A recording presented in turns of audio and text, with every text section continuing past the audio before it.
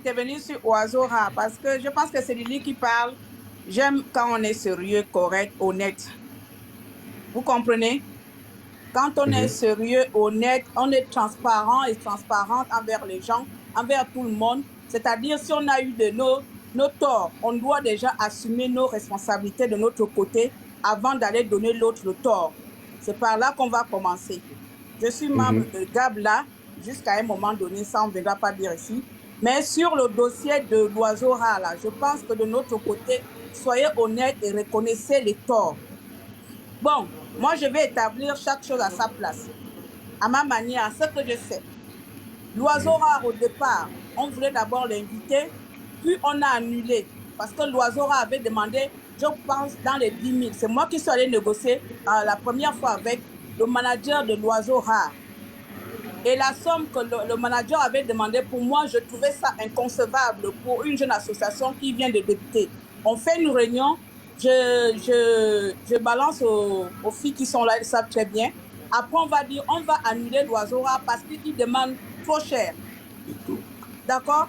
À partir de là, Ashley va aller d'elle-même aller contacter après l'oiseau rare pour solliciter sa venue. C'est plus tard que j'apprends que l'oiseau rare viendra parce que c'est moi qui fais l'invitation à l'oiseau rare il y a 2 semaines. C'est moi qui rédige l'invitation de l'oiseau rare à venir. Je vois les papiers de... Attends, moi je n'aime pas quand on me coupe la parole, pardon. Donc c'est quand il doit venir et dedans, il y a, comme on appelle, Ashley m'envoie les papiers qu'il a déjà reçu le cachet et tout. À un moment donné, je connais un peu Ashley que comment tu envoies déjà l'argent et tout ça. Elle dit qu'il a déjà demandé l'avance, tu vois. Pour ma tête, je ne pouvais pas déjà concevoir qu'on donne déjà l'avance à quelqu'un, il n'a pas encore le visa. Parce que du coup, moi, je sais que quand je parle beaucoup avec les enfants, ils me disent que t'attends, je lève le pied, je ne dis rien. Du coup, j'établis le papier, j'envoie. Je vois dans le papier que cet homme-là n'est pas Gabon.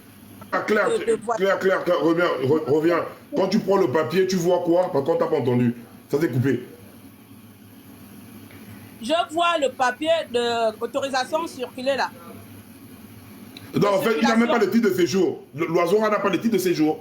Gabonais. Le papier que j'ai là, il y a le passeport et autorisation de circuler ou je ne sais pas quoi. Non, tu me dis qu'il n'a même pas de titre de séjour en fait.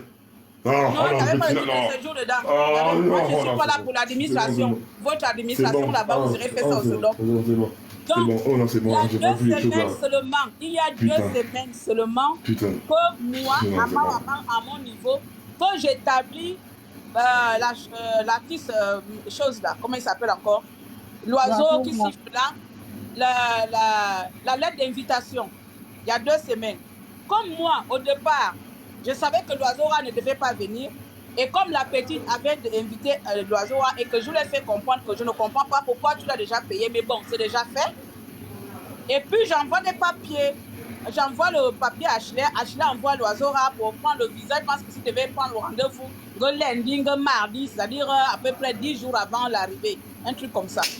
Maintenant, là où moi je vais m'appliquer un peu là, que tu sois français, que tu sois de quel pays, si tu veux venir à l'étranger, je pense que pour ma part, je pense que le manager n'a pas joué de mauvaise foi. Parce que le manager n'est pas le consul pour savoir que si on demande un visa, ce visa nous serait refusé. Pour ma part, je peux demander le visa pour l'Éthiopie.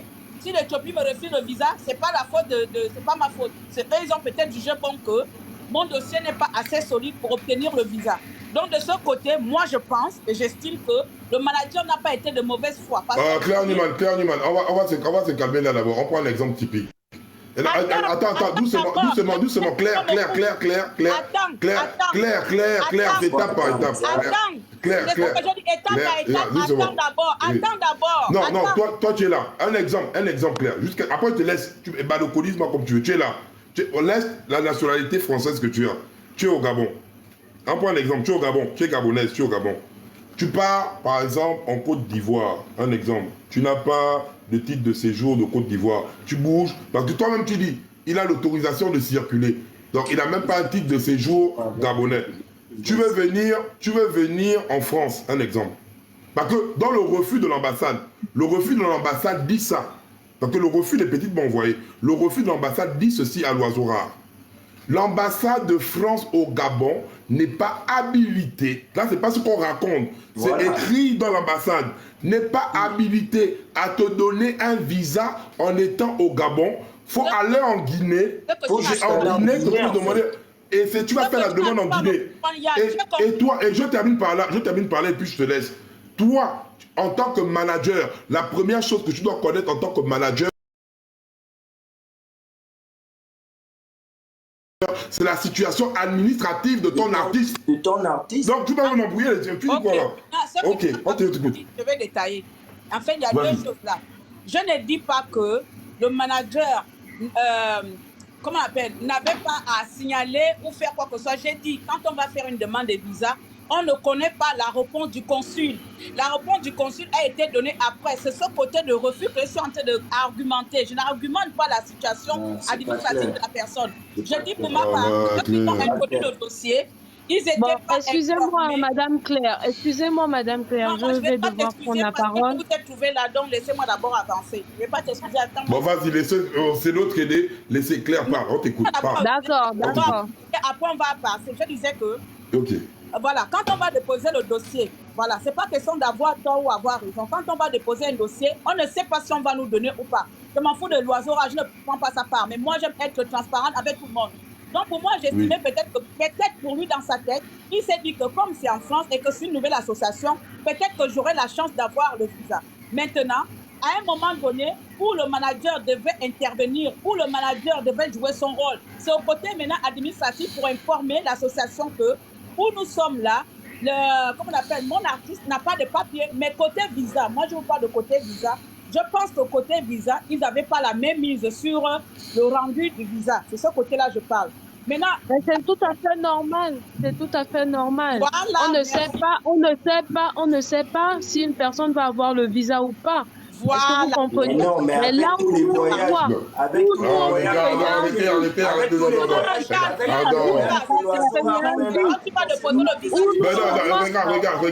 regarde. Bon, vu que vous voulez qu'on parle des choses, il n'est pas à son premier essai. Les premiers, on se capte d'abord là. Les premiers qui ont eu à parler de la situation administrative de l'oiseau rare, c'est les Gabonais du Maroc. Il y a de cela 1 an et demi, voire 2 ans. Les Gabonais du Maroc invitent l'oiseau rare au Maroc, sachant que l'oiseau rare est gabonais. Parce que même à cette époque, puisque l'oiseau rare, je l'ai pris avec les dents cassées sous le toit. C'est mon enfant. Donc moi-même, j'ai vu, c'est mon fils.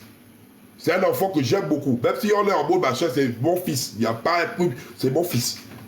Quand l'oiseau rare arrive, écoute d'abord, quand l'oiseau rare, parce que l'histoire là-bas, j'étais là. Et l'oiseau rare, on était encore bien ensemble. Pour moi, l'oiseau rare était gabonais. C'est pas ça le problème. C'est que quand les Gabonais du Maroc invitent l'oiseau rare, c'est que le manager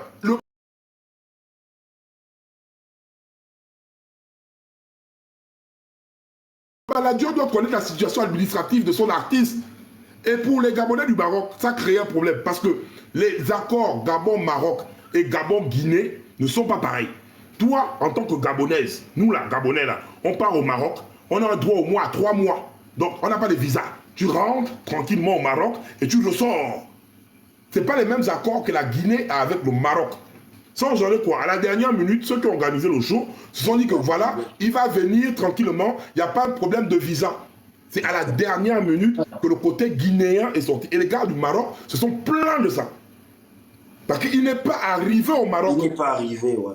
Il n'est pas arrivé au Maroc. Parce que c'est ça le véritable truc. Et ça s'est passé il y a 2 ans. Donc, ça veut dire que son manager connaît la situation administrative. L'ambassade dans le refus, je le refuse avec moi. Je vais publier ça sur Facebook, tout le monde va lire. L'ambassade dit clair et net à l'oiseau rare, on ne peut pas te délivrer le visa au Gabon, va prendre ton visa en Guinée.